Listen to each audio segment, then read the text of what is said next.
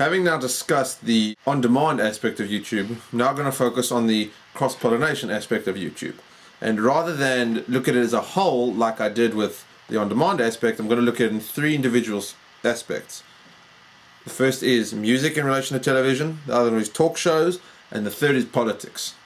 Now, the term cross-pollination means starting in one place and moving to another. So, in this case, we are looking at how someone will start in YouTube and move over to television so that they'll have an influence there, then go back to YouTube and perpetuate their influence. It's a cross-pollination. Andrew Bravno, another big Canadian YouTuber, and I discussed cross-pollination, and this is what he had to say about it. I think that's great. I think it's a great place for people to kind of get their footing, find out, get that experience behind the lens, getting comfortable, and getting noticed, because it gives people, even like me, the opportunity to do some really awesome things. And I've had the chance to work with MTV and Much Music because of my YouTube videos.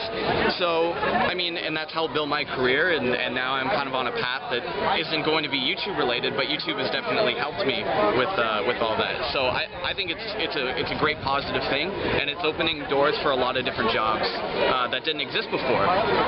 So Andrew Bravno has just given us an example of someone who started in YouTube, became popular, and is now moving forwards and is actually starting a career outside of YouTube. He wasn't very specific with what it was because he isn't ready for the public to know this yet.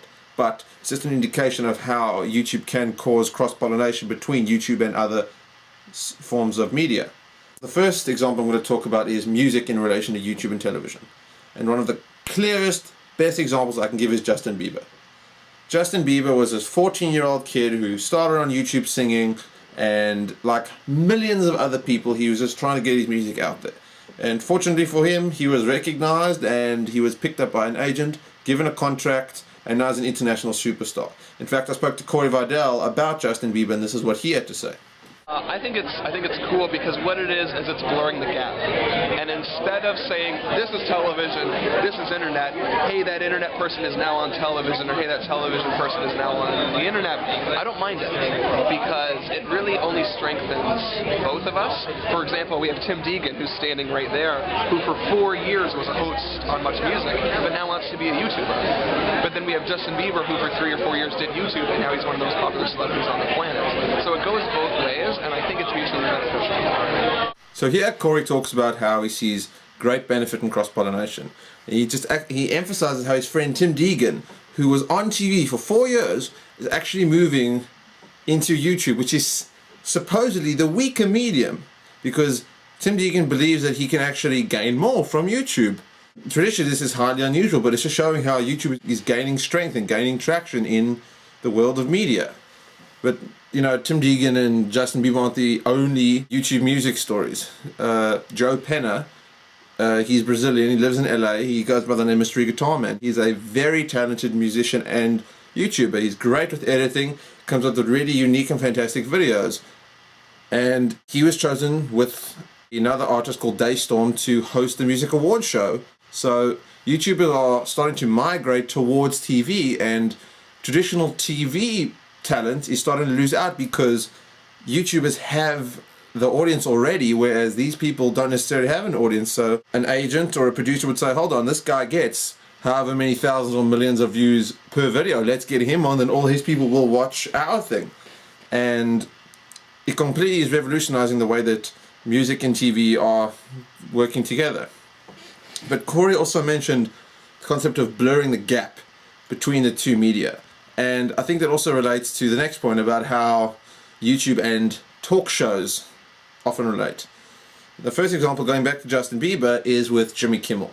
Now, there was a YouTube video with this 3-year-old girl crying because how much she loved Justin Bieber. This got hundreds of thousands, millions of views. So Jimmy Kimmel got this family together, this little girl, and brought them into his show. What Jimmy Kimmel didn't tell them is that he had secretly brought in Justin Bieber to meet this little girl. They filmed this whole thing where she was all surprised and she didn't know what to say, and it was like the greatest moment of her little girl life. On the surface, it would just appear like, oh, it's good content, but if you think about it, Jimmy Kimmel, with his own talk show on a huge network, completely changed his show around because of a YouTube video. So YouTube has actually completely influenced a show on a major network. And another example of this is with Ellen DeGeneres. Ellen DeGeneres often has these people from YouTube on her show. Every week it seems she's got to have a different person on there. And I actually spoke to Jory Karen about this, and this is what he had to say. It seems like every day there's a new person on Ellen who was discovered from YouTube. But honestly, when he's pulling in 300, 400,000 views per day because he's putting out videos, but he also gets more than that because of the vast library he has. Traditional, like, you can't pass up that advertising opportunity to try and reach 500,000 new viewers, new eyes per day. You can't pass that up. I think one of the most important points that Jory makes here is how advertisers can't pass up the opportunity to bring these people from the YouTube videos onto the show. The reason I think this is so important is because advertisers have realized that by bringing these people in, there's already a set demographic of how popular these people are, indicated by the view count.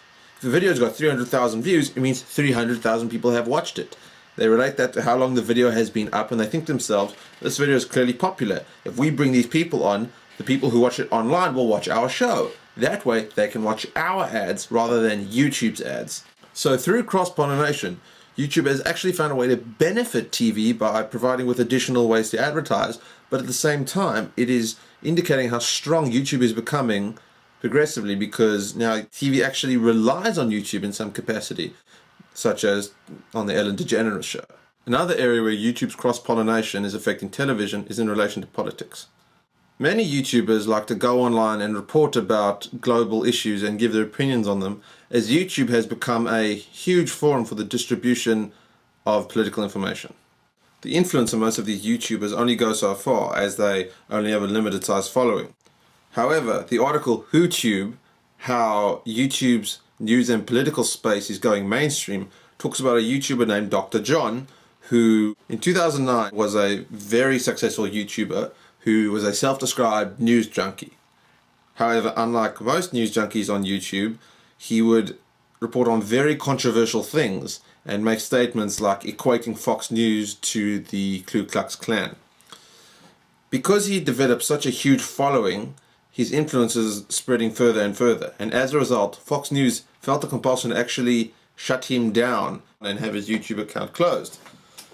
However, no matter how many times he was shut down, Dr. John will just keep opening new accounts, as YouTube enables you to do. So despite the best efforts of these mainstream television networks, he was still able to get his word out through YouTube and other social media. In essence, he is the anti-Philip DeFranco in the sense that he himself was an icon for controversial news, whereas Philip DeFranco was an icon for unbiased news. The point here is that YouTube has the potential to influence mainstream media so strongly that they actually feel the compulsion to shut them down.